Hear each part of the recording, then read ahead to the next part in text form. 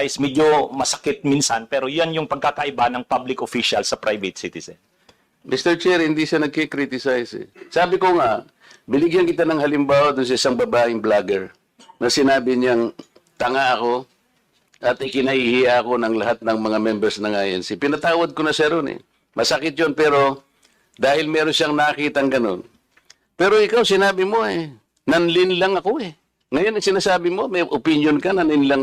Wala kang masabi ngayon kung ano-anong ginawa ko para manlin lang ako ng Pilipino. Hindi ka abogado eh. Hindi opinion ito. Mr. Chair? Yes, sige. Okay na po siguro, kasi marami pa sigurong pag-usapan. Ikaw ang manlilin lang. Okay. Thank you so much to both of you. We exhausted that issue and we let the both parties to say their piece. And that's the spirit of this committee, no? Para maging balanse po tayo and fair. I want him to apologize, Mr. Chair. Kung abogado ka talaga. Sorry, Mr. Chair, I won't apologize. Opinion ko yon. With that, we'll dwell to the next issue, no. Ano na muna tayo sa interpellation. Balikan na lang natin mamaya issue yan. Kung ayaw niya mag-apologize, but I think we cannot force him to say sorry about it. Mr. Chair, I move that he be cited for contempt. So there's a motion Peddling to, lies okay. before this committee. So I cannot even answer simple questions kung paano ko nilinlang ang mga Pilipino. We cannot just let people, kahit na ba public figures tayo eh. I give him the chance. okay, 1 minute suspension. Move by Congressman Marcoleta to cite Attorney Ricky in contempt. Unfortunately, Congressman Rodante Marcoleta is not a member of any of this committee. So he cannot move any motion regarding this issue. I'm sorry, Congressman Marcoleta, because I've been informed that you are not a member of any of the committees. And according sa ating rules, hindi po pwedeng. So ito na nga, mga kababayan. Yung ating live ngayon, no, ay magandang topic ito. Na kung saan, kanina alam nyo naman po sa TRICOM hearing. Iba po yung Quadcom ha. Ngayon po, inumpisahan ang TRICOM hearing. So sa TRICOM, merong bumida at merong pabida-bidang congressman na ang lakas ng loob na magpag-cite in contempt, hindi naman pala siya miyembro sa mismong committee, no, sa naturang program or naturang hearing. Ang lakas ng loob mag-cite in contempt, tapos nakikichismis lang naman pala siya doon. Oo, Diyos mio Marimar. Alam niyo sa totoo lang kanina, kung ako yung nandoon, at una ako, ang gusto kasing mangyari ni Marcoleta, mag-sorry daw si Attorney Enzo Recto sa kanya sa pagsabing manglilinlang at panluloko at panlilinlang sa taong bayan. Ending, cite in contempt daw niya. Ending, hindi naman pala siya kasali doon, nakikichismis lang. Putang ina mo! Ang aga-aga, nakapagmura agad. Oo, nakakajiya ka, baklang to. Nakakahiya. Hala. Oo. Diyos mio Marimar. Na, alam mo yung nakikisaw-saw ka lang, tapos ang lakas ng loob mong, Mr. Chair, is-cite in contempt. Kasi hindi daw nag-sorry. For what the fuck? What is the anong basis para mag-sorry si Attorney Enzo Recto? Opinion niya yun. Kasi kung ako lang kung ako man vlogger, tapos ipatawag ako doon, tapos yung tao na kinukontent ko, tatanungin niya ako, isa lang sabihin ko, bago ako mag-sorry sa'yo, mas marami naman po sigurong vlogger na mas matindi mag-fake news kaysa sa content ko na opinion ko. Di ba? Nakakahiya. My God, tapos binigyan pa sila ni Congressman Dan, incoming governor ng Santa Rosa, Laguna, O sa mga taga Laguna dyan, Dan Fernandez po. Para sa inyo, gwapo na. Mayor noon. Congressman ngayon. Gobernur na naman. Di ba? Napahiya ang Lolo Marcoleta. Di ba? Oo, sa totoo lang, Ma'am Arlene Murliano, sa mga ganong sa mga ganong estilo ng ni Marcoleta kay Attorney Enzo, personal niya yun eh. Tapos sabi pa nga niya doon, nung hindi siya pinayagan na i-cite in contempt, sabi niya, gusto ko lang naman kasi Mr. Chair na mabigyan ng reputasyon sa mga kapwa ko congressman na hindi tayo basta-bastang gano'n na lang nabastusin. Bakit?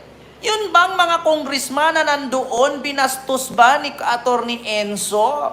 Sa totoo lang, yung ginawa ni Marcoleta kanina, yung pabida-bida siya na i-cite in contempt niya, si Attorney Enzo Recto. Hello? Tapos ipapahiya mo sa social media at ilan libo ang nanonood, ilang mga vlogger ang nag-live. Nasasabihan mong, attorney ka ba talaga? Kasi hindi ka mag-sorry? My God, hindi basihan yung standard or hindi basihan yung pagiging abogado sa pagsusori. Diba? Bakit hindi mo sabihin yan, Congressman Marcoleta, sa mga vlogger na kadikit mo? Hindi naman po siguro ka ulyanin, hindi naman kami bulag, hindi naman kami tanga na mga BBM vloggers na hindi namin nakikita kung sino yung mga DDS vlogger na kadikit mo.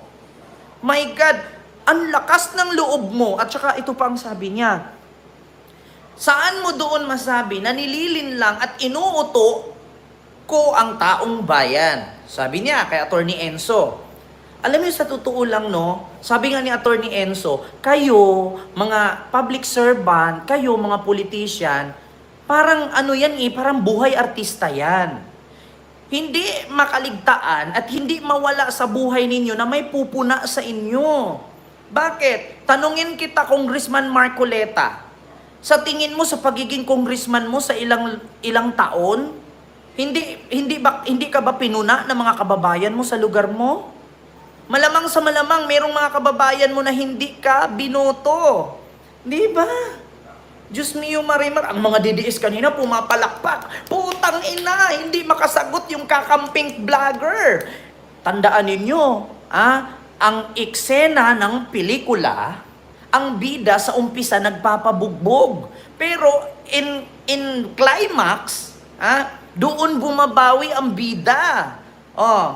Ang akala siguro ni Marcoleta, siya si Duterte. Ang akala siguro ni Marcoleta, lahat ng mga nakaupo doon, ng mga kongresista, kakampihan siya. Tapos, ang lakas ng inside, magsabi na i-cite in contempt. Who are you? What the heck? How dare you to call incite in contempt? Hindi ka naman pala miyembro ng Tricom hearing. My God!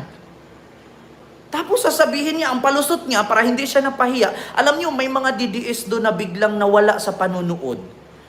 Kasi ang sabi nila, tapang ni Marcoleta. Senador namin yan. Tignan mo si Enzo, abogado ng kakamping, hindi nakasagot. Hindi niyo ba alam na kung nasa hearing yun, tama yung ginawa ni Attorney Enzo Recto? Bakit? Ang sabi doon sa hearing, pag hindi ka pwedeng sumagot hanggat wala kang abogado, Your Honor, I have right to remain silent. Kaya hindi siya sumagot.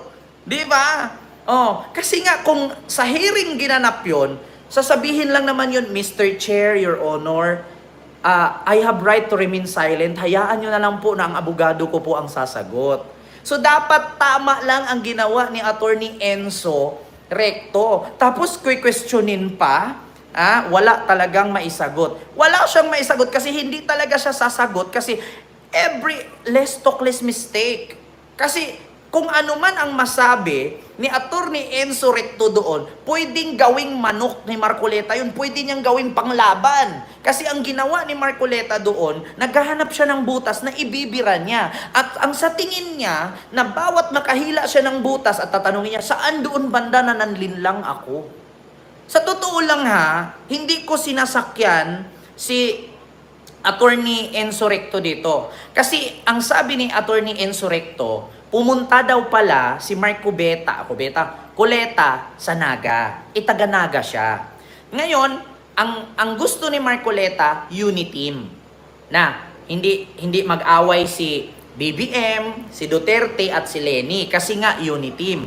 Ngayon, kaya sabi ni Attorney Enzo Recto, huwag kayong magpalinlang at magpaloko kay Mark Coleta. Bakit? Gusto niya uniteam, magkakaisa. Halatang halata naman na maka-Duterte siya. So saan banda doon na sinasabi niya na uniteam? Pwede naman nating bukalkalin at kikilitasin, ang tawag doon, kakalkalin at titignan kung saan siyang panig pumabor ngayon. Ngayon, pag sinabi ni Mark Coleta, ididimanda kita kasi sinabihan mo kung panlilinlang at panluloko sa taong bayan. Bakit, Congressman Mark Coleta, hindi ba totoo na nilinlang mo ang taong bayan? Sabi mo, uniteam, pagkakaisa. Meron bang pagkakaisa na kumampi ka kay Sara Duterte at kay Duterte na nasaan si Leni at si BBM na sinabi mong pagkakaisa? Ganon kayo. Ito si Duterte. Ito si Sara, ito si Mark Coleta, si BBM at si Leni. Ngayon, nasaan yung sinasabi mong uniteam? Nasaan yung sinasabi mong pagkakaisa? Andito kay tatlo, andito yung dalawa, Paano mo nasabing uniteam? Dinilinlang mo nga talaga ang tao. Niluloko mo lang talaga ang taong bayan. Diba? Ngayon, sasabihin mo, nasaan ang uniteam? Pagkakaisa, kaya man ako pumunta ng Naga kasi gusto ko magkakaisa si Leni, si Duterte at si Marcos. Ngayon, sabi ni Attorney Enzo, paano mo masabi na pagkakaisa ang isinigaw ni Mark Coleta dun sa Naga? Alam naman namin na never mangyari na si Marcos at si Leni Robredo magkaisa. Alam mo naman, magkalaban ang dilawan at pulahan. Kung si Marcos at si Duterte, pwede pa. Hindi po mangyayari talaga yung sinisigaw mo, Attorney Congressman Mark Coleta, na uniteam kay Leni, kay BBM at kay Duterte. Hindi mangyayari yun. Kaya opinion ni Attorney Enzo Recto yun, na huwag mong linlangin ang tao. Never mangyari yan. Magpaputol ako ng titi at gawin kong puki na mangyari na makipagkaisa si Leni Robredo kay Bongbong Marcos. Hindi po mangyayari yan. Kasi all over my life, sabi ni Noy, grabe po talaga ang ginawa ng mga Marcos sa pamilyang Aquino. Alam naman po natin nung nakaraang eleksyon na talagang ayaw po talaga ni Mama Leni kay Bongbong Marcos. Hindi po talaga mangyayari. At bago ka po magsabi na i-cite in contempt mo si Attorney Enzo Recto, hindi ka naman po pala miyembro ng tri-committee hearing. Nakikichismis ka lang pala doon. Oh my God, sabi ni Noy, pag napahiya, umuwi. Diba? Oo. Ang lakas ng loob. So, ibig sabihin nun, stronger inside. To seeing iside in contempt mo, hindi ka naman pala miyembro ng tri-committee hearing. Sabi nga talaga ni Noy, my God, umuwi ka na lang. Diba? Oo. At Congressman Mark Coleta, baka nakalimutan mo ang sinabi ni Mama Leni. Hindi ako papayag. Lalapan. Alam nyo ang sabi ni Mama Leni? Pilipinas, hindi ako susuko. Hindi ako papayag. Natatawa ako, gagayahin ko nga si Mama Leni. Mga Pilipino, hindi ako susuko. Huwag kang tumawa dyan, baby, parang tanga.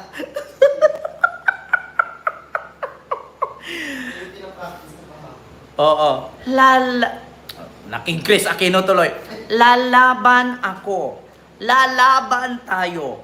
Pilipinas. Hindi ako papayag na meron mang dilawan o pulahan na magkaisa. Maliban na lang sa pagpapa-impeach kay Vice President Sara. Lalaban ako. Lalaban tayo. Sabay-sabay tayong babangon muli. Sabi nga talaga ni Noy, nakakahiya po talaga. Alam niyo, sa totoo lang, nandito na nga ako sa Amerika eh. Pero sa totoo lang, meron talagang congressman kanina na papahiya sa TRICOM. Sabi niya, Mr. Chair, ipapasight in contempt natin yan. Tapos sabi naman ni Congressman Dan Fernandez, sabi niya, 1 minute, pahinga. Tapos pagbalik, kinalulugod ko pong ipaalam sa lahat. Wala pong rights si Congressman Marcoleta na magpa-cite in contempt kasi hindi po siya miyembro ng tri-committee hearing po. Putang ina. Alam nyo, sa totoo lang, dinaig mo pa yung pagiging diktador ni Ferdinand Marcos Sr. Magpa-cite in contempt ka, tapos wala ka naman palang power doon, di poga ka. Alam mo, sa totoo lang, Congressman Marcoleta, hindi to sa pambabash. This is my own opinion at hindi po yun fake news. Klarong-klaro, rinig na rinig at kitang-kita ng 110 million Filipino sa oras na alas 12 ng tanghali ng hapon, ang tri-committee hearing ay, anak, napahiya po siya. At ang sabi nga niya, bakit mo ipasight in contempt ang isang abogado na nagturo? Tapos tatawagin mong, abogado ka ba talaga? Bakit hindi ka mag-sorry? Tapos ipasight and contempt mo na wala ka naman palang power at nakikichismis ka lang pala sa loob ng hearing sa Kongreso.